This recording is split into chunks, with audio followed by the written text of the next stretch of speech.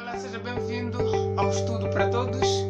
Antes de mais nada, se inscreva no nosso canal e compartilhe o vídeo. O tema de hoje é um tema bastante facial e irei falar aqui da noção de funções e formas de definir uma função e de também revisar acerca de domínio, contradomínio e conjunto de chegadas. Primeiro que a gente deve saber, numa função, né?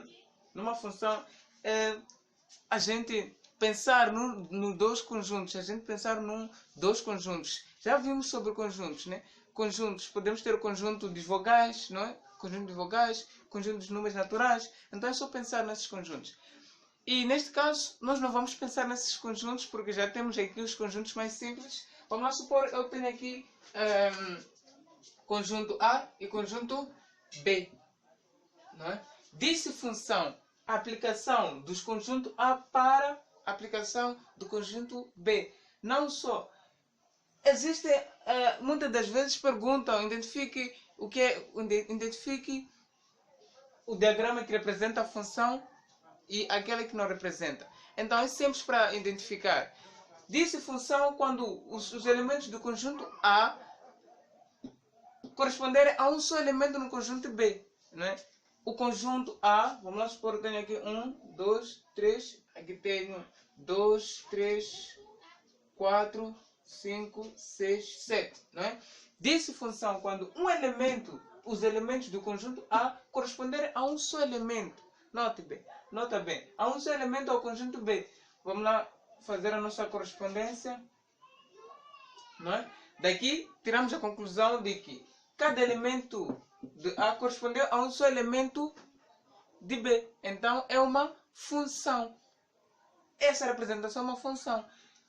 Vou dar um exemplo, outro exemplo que não é função. Veja só. Disse função quando um elemento do conjunto A corresponder a um só elemento no conjunto B. Mas notamos que aqui o 3 correspondeu a 2 elementos no conjunto B. Logo, não é uma função essa representação.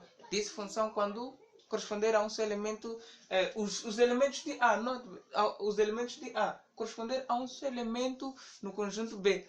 Vou dar outro exemplo.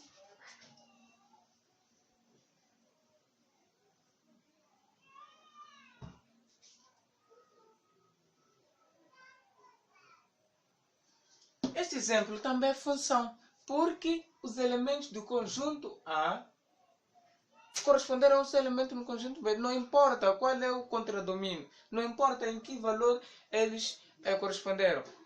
Notamos que aqui o 2 e 3 têm a mesma imagem, mas continua sendo função, porque os elementos do conjunto A corresponderam a um só elemento no conjunto B. Daí, é muito simples, daí podemos identificar uma função. Função é toda a correspondência, né? É toda a aplicação de dois conjuntos, onde o primeiro conjunto corresponde a um só elemento no conjunto B. E agora vamos ver as formas de definir uma função. Para a gente definir uma função, a gente pode definir uma função por diagrama, por tabela, por gráfico e por expressão analítica. Já se sabe, quando a gente fala de expressão analítica, estamos a pensar uma equação quadrática, não é? Uma função quadrática, uma função linear, função afim. Então, essa é uma expressão analítica. Diagrama é por essas. Desse diagrama, não é? Essa correspondência A e B, não é? Posso ter aqui 1, 2, 3, 4, 5, 6, não é? Essa correspondência desse diagrama.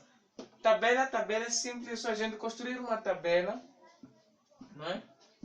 Aqui é o X, aqui é o Y, posso colocar aqui 1, 2 e 3, posso colocar 2, 4 e 6. Também, isso aqui é uma função, porque cada elemento cada elemento do primeiro conjunto corresponde a um elemento do conjunto B. Seguido, gráfico, isso não é novidade. Gráfico é simples, estamos a pensar. Gráfico sempre teremos o eixo das abscissas e eixo das ordenadas. Então aqui temos o eixo Y, aqui temos o eixo X, não é? Então o gráfico é representado a partir deste sistema cartesiano ortogonal. Então Daqui nós podemos representar esta função aqui através do sistema cartesiano ortogonal. Vamos... Uma nota também muito importante que deves saber é de que os primeiros conjuntos pertencem ao eixo das abscissas e o segundo ao eixo da ordenada. Para dizer que esses elementos, esses números são de x e esses são de y. Daqui a gente pode levar isso, colocar aqui esse valor e este colocarmos aqui e fazermos o nosso gráfico. Porque a representação de uma função é por gráfico também. E agora vamos ver o que é isso de domínio e contradomínio, não é? Chamamos domínio todos os elementos, não é, que estão no eixo das abscissas, não é? Aqui, esses valores, os primeiros valores, você deve notar respectivamente esses valores x e y. Os valores de x são o nosso domínio, representados pela letra D, F, domínio. Contradomínio. O que é contradomínio? Contradomínio são valores em que o gráfico pode ser gráfico, né? A maioria das vezes costumam perguntar nos gráficos. Contradomínio é onde o gráfico tocou no eixo da origem, né? No eixo da ordenada, no eixo de y. Para dizer que o nosso contradomínio deste diagrama é 5, 4 e 6. Depois tem um conjunto de chegada. O conjunto de chegada, afinal, o que é isso? O conjunto de chegada não há muita diferença com o contradomínio. O conjunto de chegada são todos os valores de B. Ou seja, são os valores da origem. Não é? Veja, vou dar outro exemplo.